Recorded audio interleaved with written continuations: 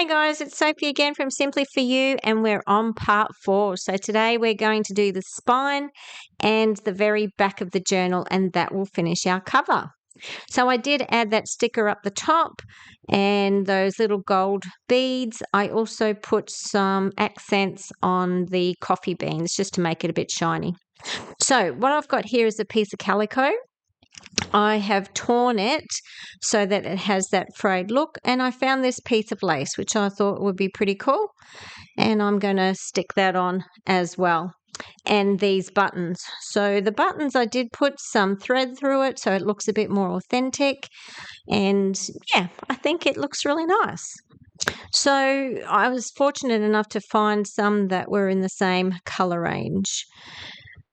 I did sew around the calico.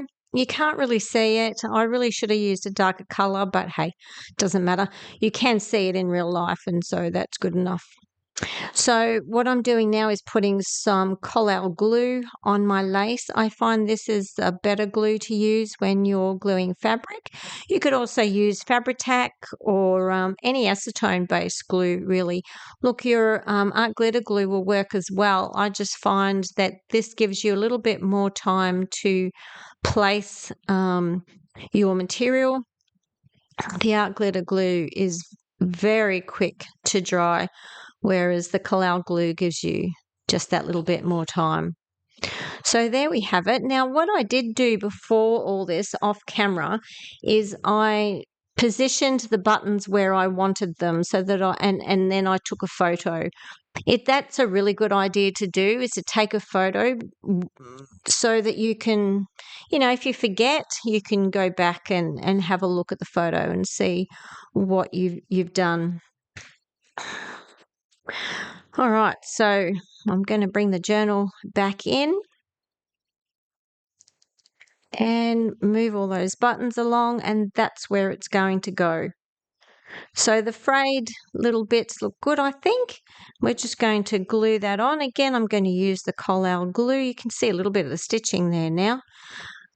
And it's the same on the other side. I didn't do a zigzag, I just did a straight stitch. I actually really, really like the sewing. Sometimes I can't be bothered, but no, I really like the look that sewing gives. But in all honesty, I should have changed the colour of my thread.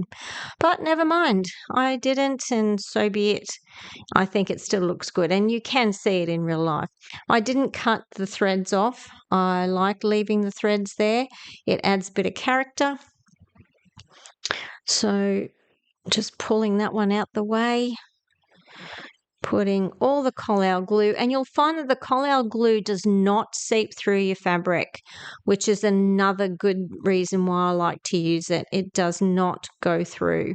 Some of the glues actually do seep through, the collal glue does not. So that's a good thing to remember as well. And I will put it in the description box below as to where you can get it here in Australia.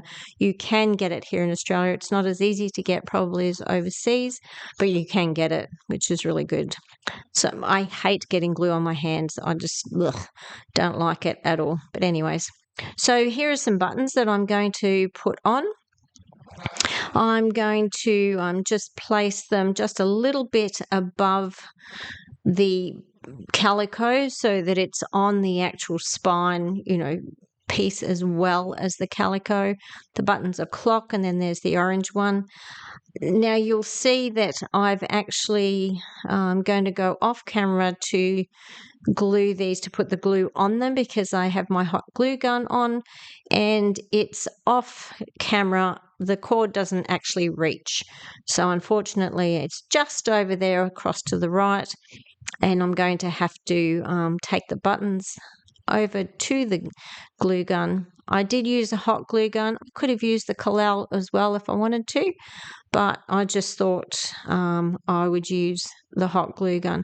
You do have to be careful with the hot glue gun. I find it doesn't always stick after a little bit. I live in a very humid subtropical climate, and the glues wreak havoc here sometimes, and I do find that sometimes, not always, the hot glue gun, if you glue things down on the hot glue gun, it actually does just pull straight off after a few months, or, even after 12 months. So that's just something to keep in mind. But all of the glues have that issue depending on what climate you're in. If you're in a cold climate, it's not such a problem. But in a hot, humid climate, glue can play up, which can be annoying. Anyways, here I am gluing all the buttons on. What do you think about the buttons? The buttons were an afterthought. I wasn't sure if I was actually going to put some dangly charms down, or if I was going to use these buttons, and then I decided on using the buttons. I'd love to know what you think. Should I have actually done a charm down the spine instead of the buttons? Do you like the buttons? Do you not like the buttons? Let me know in the comments. I'd really, really like your opinion. I value your opinion. It's important to me, and I really enjoy reading your comments. So please don't hesitate. Just be nice. That's all I ask. All right. So we're almost finished with the buttons now. Last one is going on. I'm always touching up my journals. Every time I have a look at them, at the covers and stuff, I think, I should do this or I should do that. But anyways. All right, so now what we're going to do is the back. I don't do too much to the back because it is the back. I may decide to do something more to it later on. I don't know. But at this point, this is all I'm going to do. So once again, I'm ripping it down so it fits the cover. Got the writing at the bottom. There we go. And yes, I am going to ink this eventually as well. I've also got some strips there on the side, and that's from my 12 by 12 paper that I used. Sometimes they have that little, what is it, half an inch sort of piece, and I cut those off so that I can actually use them because they're still quite decorative. So here I am inking again with the vintage Distress ink from Tim Holtz. I do like it very much. I didn't tear that edge. I actually left it straight. And it is the back, so I'm sort of not too concerned about the back. It still needs to look nice, but no one's going to really see it. So I just thought I'd just leave it as it is. So now I'm just inking up those other two strips, and then we're going to glue those on, and that will be it. So the next one will be part 5, and that is me sewing in the signature. I am doing a Midori type signature, so it's going to be blind, so you won't see it on the outside of the journal. I really do like doing those, but again, it depends. I don't always do those, but I will do that this time.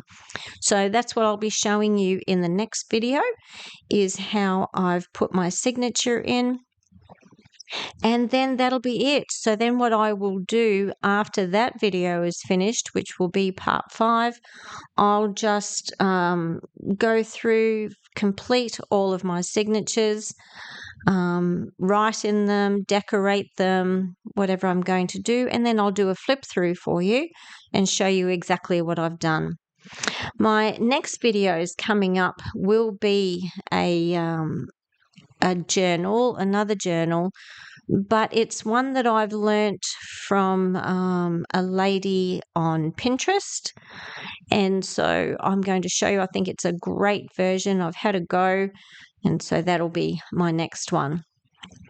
I know it's almost Christmas time. Some of us are doing Christmas journals. I don't do a lot at Christmas time. I do cards for friends and family, relatives and whatnot, but I don't do a lot of Christmas. I don't make my own Christmas decorations. I do want to make a advent calendar for one of my dearest friends' smallest grandson.